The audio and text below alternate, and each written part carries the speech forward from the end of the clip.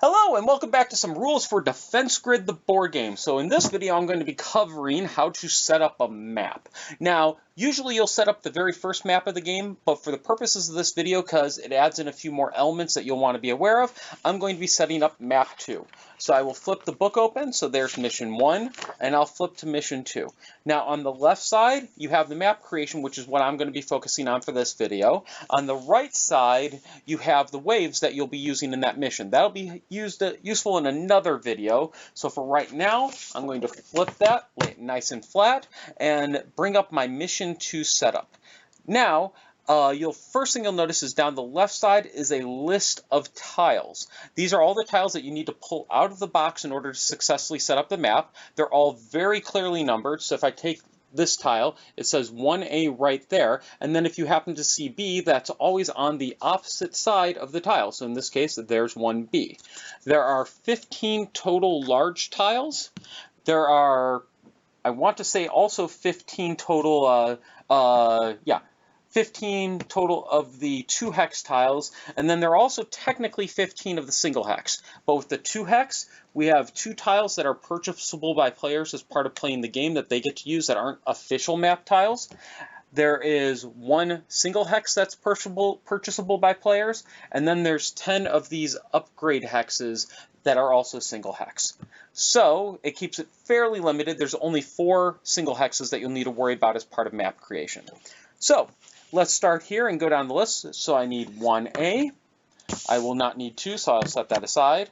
Then I need 3, 4, set aside 5 and 6, 7, 8, 9, 10, set aside 11, 12, 13, and then you'll notice that it jumps up to 17. So 16 and beyond are 2 hex tiles. So let me get these large ones out of the way. Now I've got all of them. So now we'll come in here, and I need a 16 and a 17. So 16, and then we have multiples of those, and a 17. Now in addition, I'm going to skip the next 2 briefly. We need 4 barriers.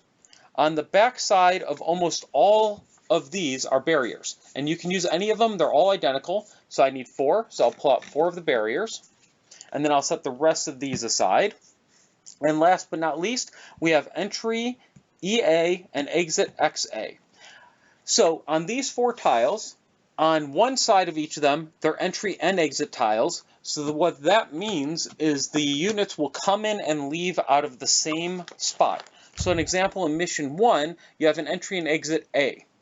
You can grab one of the entry and exit A tiles, and it'll hook up to your map, and you're all good. And that's the only one you need. For map number 2, you have separate entry and separate exit. So in this case, I need to flip a couple of these over and find the matching entry and exit pair. So I have entry A and exit A.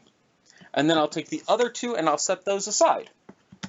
Okay, so now this is one of our larger maps of the game, so it's not all going to fit on the camera. I apologize for that, but I will walk through the general process of building this map. So usually the maps will fit in about 3 feet by 3 feet of space, but occasionally they go just a little bit over that. I think the largest we have is about 4 feet by 4 feet, and that uses almost every tile in the game. So it does require sometimes a fairly large table. And let's get started. So I'm going to start at the entry point down here. So if you notice, I have these kind of partial gradient, transparent things. They're always in the center of the tile that you're placing. So in this case, entry A will come down here.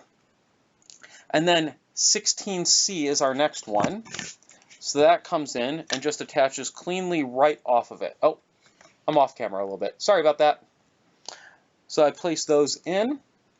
Next up, we have 13A, which is conveniently right there, and connects on. And as you can see, the 13A is right in the middle of the tile. Then we have 12 and 8. So I'll have to dig through a little bit. So there's tile 8, and it comes around. Now, for the purposes of the video, I'm going to pull this down a little bit and remove a couple off the screen just so you can see what I'm about to do. So as you build out the map, you'll eventually reach your core housing. So the core housing in this case is 1A. And now all core housing tiles have 3 entry or exit points on the tiles, and also have a set of arrows that loop around and show you which way the aliens will move across them. So in this case, you want to be careful and make sure you have the far left point attaching to 8A. So in this case, you want to place it just like that. Next up on the list, we will have 17C, which will connect up. And now, if you look here, I've got 3A right in the middle there. So I will pull out 3A. Oh, that's 4. And slide that right in. And that in part helps hold everything together. Now, we made these map tiles a little extra thick. So we found in most gameplay, even on like a wood table like this, they don't slide around much because of the little bit of extra weight. But there are ways of handling that if you do have some slipperiness. So next up we have 7A, then we have 10A, and finally we have our exit tile, which comes in right over there and connects right off. So the aliens will come in, they'll walk this way, they'll hit this tile, walk around, grab cores there, and run all the way out. Now, there's a few other tiles here. We've got 4A and 5A. So I will grab 4A here. There we go. And I think I might have missed grabbing 5A when I was counting through, because that's a thing I do. Yes, I did. Even though it's on the list, I walked right past it. Okay. So now you've got all of your map tiles laid out, but if you look closely, there's a few of those barriers laid out on there. That's what these are for.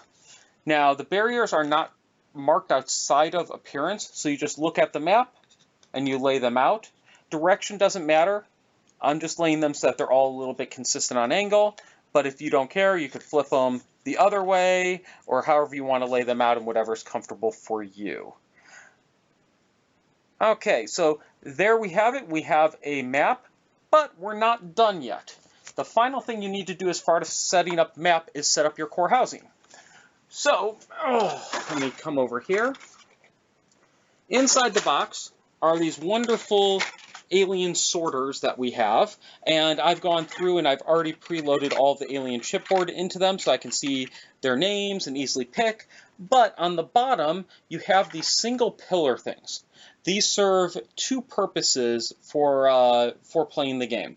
They can be dropped by the carrier units to place shields onto the map, or they're used to hold the cores on the core housing.